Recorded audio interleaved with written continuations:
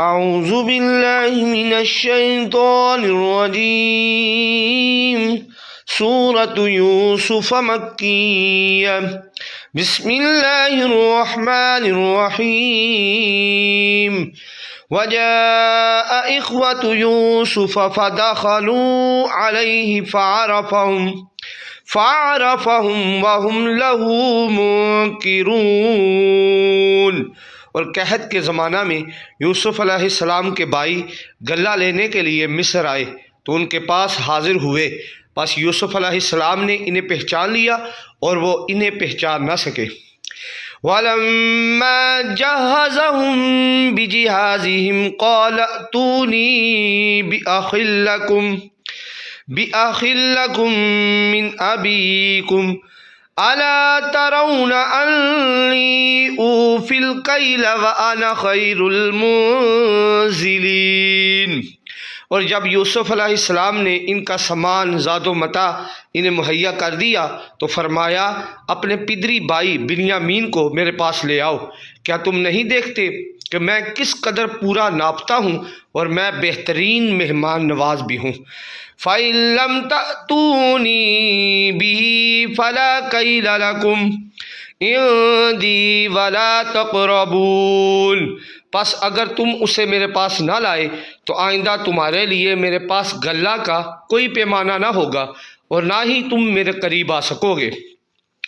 قالوا سنراود عنه أباه وإنا لفاعلون۔ وہ بولے ہم اس کے بھیجنے سے متعلق اس کے باپ سے ضرور تقاضا کریں گے اور ہم یقیناً ایسا ہی کریں گے۔ وقال لفتيانه اجعلوا بضاعتهم في رحالهم لعلهم يعرفونها إذا انقلبوا إلى أهلهم لعلهم يرجعون۔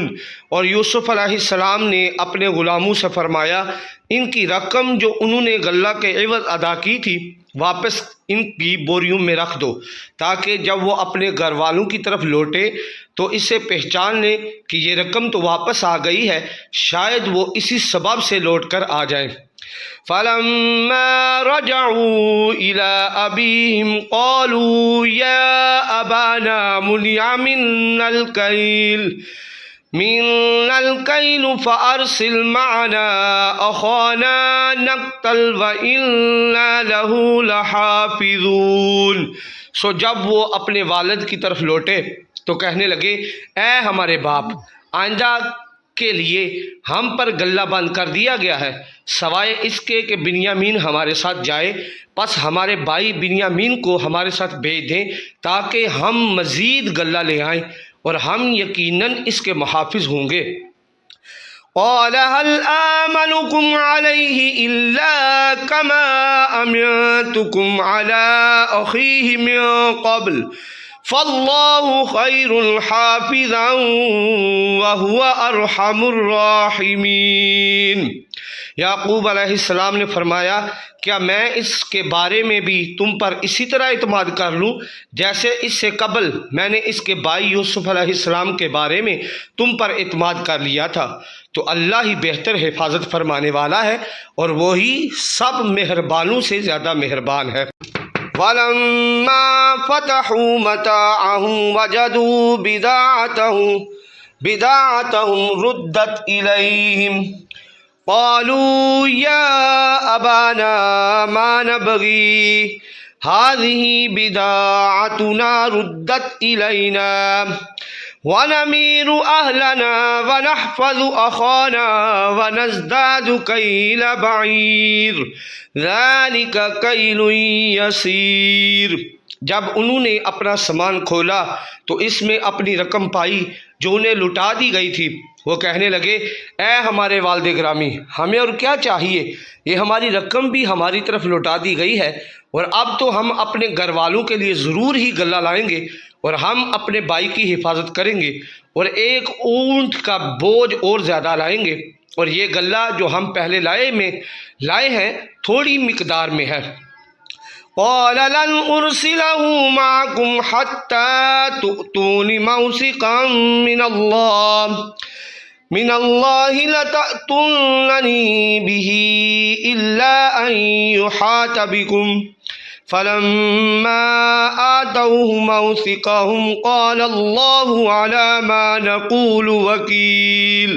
یعقوب علیہ السلام نے فرمایا میں اسے ہرگز تمہارے ساتھ نہیں بھیجوں گا یہاں تک کہ تم اللہ کی قسم کھا کر مجھے پختہ وعدہ دو کہ تم اسے ضرور میرے پاس واپس لے آؤ گے، سوائے اس کے کہ تم سب کو کہیں گھیر لیا جائے یا ہلاک کر دیا جائے۔ پھر جب انہوں نے یعقوب علیہ السلام کو اپنا پختہ عہد دے دیا تو یعقوب علیہ السلام نے فرمایا جو کچھ ہم کہہ رہے ہیں اس پر اللہ نگہبان ہے۔ وقال يا بني لا تدخلوا من باب واحد وادخلوا من أبواب متفرقة وما أغني عنكم من الله من شيء إن الحكم إلا لله عليه توكلت وعليه فليتوكل المتوكلون۔ اور فرمایا اے میرے بیٹو شہر میں ایک دروازے سے داخل نہ ہونا بلکہ مختلف دروازوں سے تقسیم ہو کر داخل ہونا، اور میں تمہیں اللہ کے امر سے کچھ نہیں بچا سکتا کہ حکم تقدیر صرف اللہ ہی کے لیے ہے، میں نے اسی پر بھروسہ کیا ہے اور بھروسہ کرنے والوں کو اسی پر بھروسہ کرنا چاہیے۔ وَلَمَّا دَخَلُوا مِنْ حَيْثُ أَمَرَهُمْ أَبُوهُمْ ما كان يغني عنهم من الله من شيء إلا حاجة في نفس يعقوب قضاها وإنه لذو علم لما علمناه ولكن أكثر الناس لا يعلمون۔ اور جب وہ مصر میں داخل ہوئے جس طرح ان کے باپ نے انہیں حکم دیا تھا وہ حکم انہیں اللہ کی تقدیر سے کچھ نہیں بچا سکتا تھا مگر یہ یعقوب علیہ السلام کے دل کی ایک خواہش تھی جسے اس نے پورا کیا، اور اس خواہش و تدبیر کو لغو بھی نہ سمجھنا۔ تمہیں کیا خبر، بے شک یعقوب علیہ السلام صاحب علم تھے اس وجہ سے کہ ہم نے علم خاص سے انہیں نوازا تھا، مگر اکثر لوگ ان حقیقتوں کو نہیں جانتے۔ صدق اللہ العظیم۔